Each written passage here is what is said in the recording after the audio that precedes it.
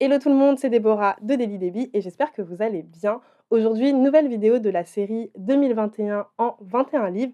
Le concept est simple. Pendant 21 jours, je vais vous présenter 21 livres qui m'ont plu en 2021. Donc si vous n'avez pas encore regardé les précédentes vidéos, je vous mets le lien dans le petit i et dans la description. Et si le concept vous plaît et que vous aimez les vlogs lecture de manière générale, je vous invite à liker la vidéo, à activer la cloche et à vous abonner à la chaîne.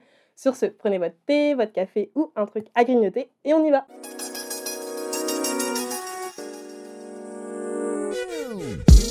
Aujourd'hui, je vais vous parler du seul roman que j'ai lu en anglais et qui est dans mon top 21. C'est A Burning de Megha Majumdar. J'espère que je le prononce bien.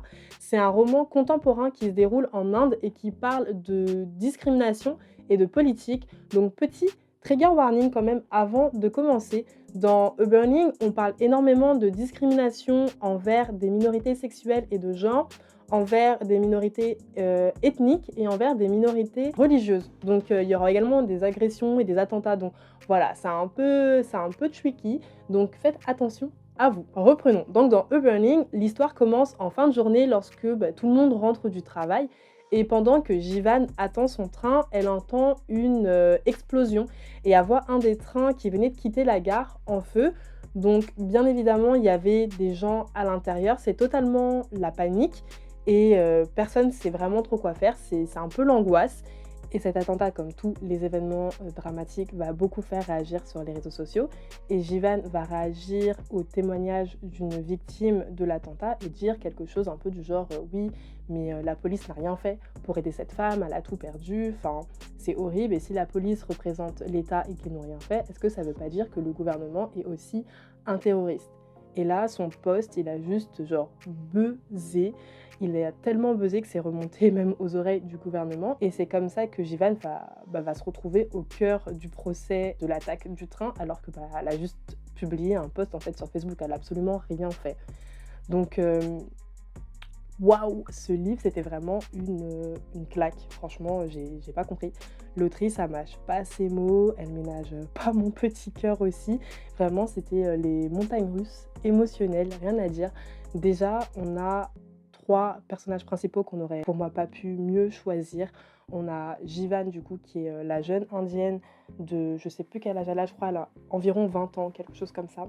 Donc, c'est une jeune indienne musulmane qui vit dans des bidonvilles et sur tous les chapitres qui la concernent, elle va nous faire une rétrospective de sa vie. Et sa vie n'est pas facile, c'est misère sur misère. Ses parents se saignent par exemple pour payer son école et une fois qu'elle est enfin à l'école, en fait, il y a personne qui lui laisse sa chance, on la laisse de côté juste parce que c'est une fille des bidonvilles, parce qu'elle est musulmane et que c'est pas la religion officielle du pays. Et pile poil quand ça commence à aller un petit peu mieux sur elle, et genre bim, direct, il y a l'attentat et on l'accuse d'être complice juste parce que elle est musulmane et qu'elle a posté ce post sur Facebook. Donc ça veut dire que bingo, c'est la preuve ultime. C'est vraiment une peine sans fin, sa vie, faut dire la vérité. Après, on a 2 autres personnages. On a Lovely qui est, tout est dans son prénom, vraiment cette fille, c'est un amour et toutes les fois où, j'ai pu rire dans ce roman et ça arrivait pas souvent, c'était grâce à elle. Et ensuite, on a Petey, le prof de sport. On n'a pas du tout son nom, c'est juste que c'est un prof de sport et lui voudrait être quelqu'un d'important. Il voudrait devenir quelqu'un d'important et son évolution est juste, j'ai pas les mots en fait, son évolution est juste ouf. Il passe du gars qui n'a pas assez d'estime pour lui à quelqu'un qui en a peut-être un peu trop.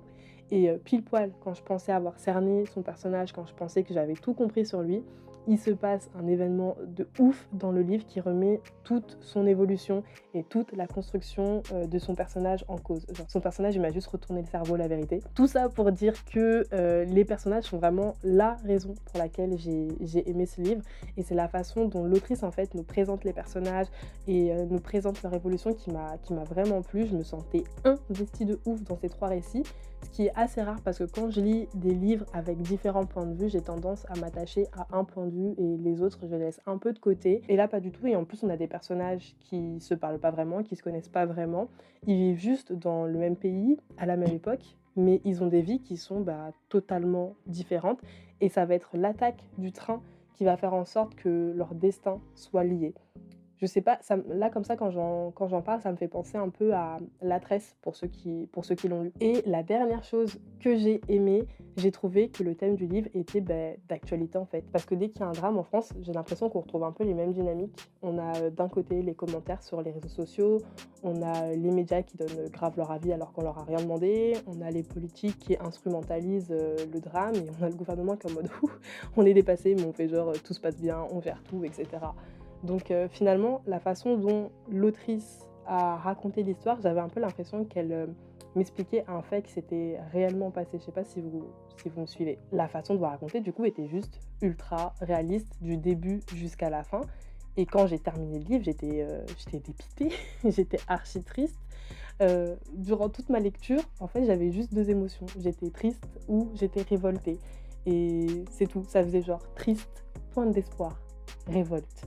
Triste, pointe d'espoir, révolte. C'était horrible, mais après voilà, je pense que c'était quand même l'objectif de ce livre, donc je peux pas lui en vouloir, c'est juste qu'elle a très bien fait son travail.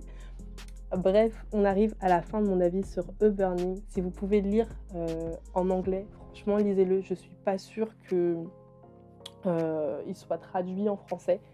J'ai pas vu en tout cas d'informations à ce sujet, mais c'est vraiment un très bon livre. Donc si vous avez l'opportunité de le lire en anglais et que vous aimez bien les livres où vous pouvez être révolté ou même vous allez toujours être révolté durant votre lecture, lisez-le. Et si vous l'avez déjà lu, je voudrais bien savoir ce que vous pensez de l'évolution de Peter, parce que ce gars c'est un cas d'école. En tout cas, je vous remercie d'être resté jusqu'à la fin. Et si le concept 2021 en 21 livres vous plaît, n'hésitez pas à liker la vidéo et à vous abonner à ma chaîne. Sur ce, on se retrouve demain pour un nouvel avis. Je vous envoie des cartes secrets. Tchuss!